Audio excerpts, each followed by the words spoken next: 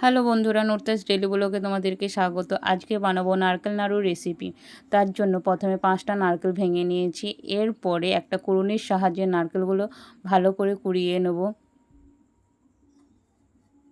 প্রত্যেকটা নারকেল ঠিক এইভাবে কুড়িয়ে নেব। নারকেল কোড়াগুলো একটা পাত্রের মধ্যে উঠিয়ে নেব।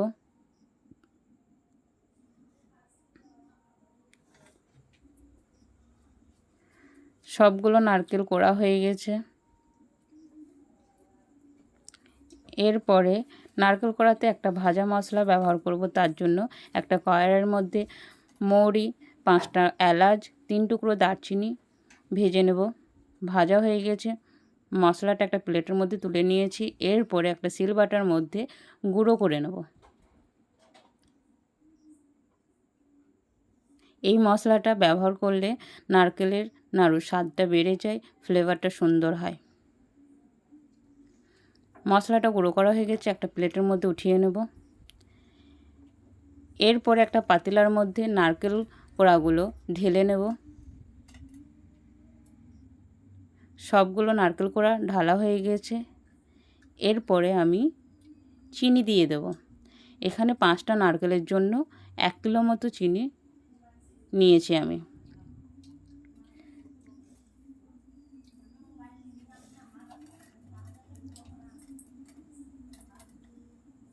এরপর দিয়ে দেব দুধ। এখানে 250 গ্রাম দুধ ব্যবহার করেছি আমি। দিয়ে দেবো 2টো তেজপাতা। সবগুলো একসঙ্গে ভালো করে মিক্স করে নেব। গ্যাসের ফ্লেমটা অন করে দিয়ে হালকা আঁচে চিনিটা গলিয়ে নেব।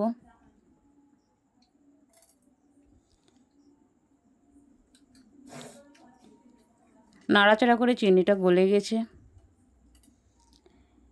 এরপরে অনবরত নাড়াচাড়া করে নারকেলটা রান্না করে নেব।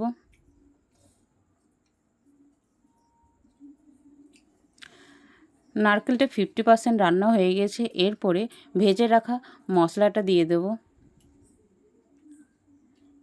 আবারও অনবরত নাড়াচাড়া করে মশলাটা মিক্স করে নেব নারকেলের মধ্যে। সুন্দর একটা গন্ধ বের হয়েছে। দেখতেই পাচ্ছ বন্ধুরা, নারকেলের কালারটা কত সুন্দর এসেছে।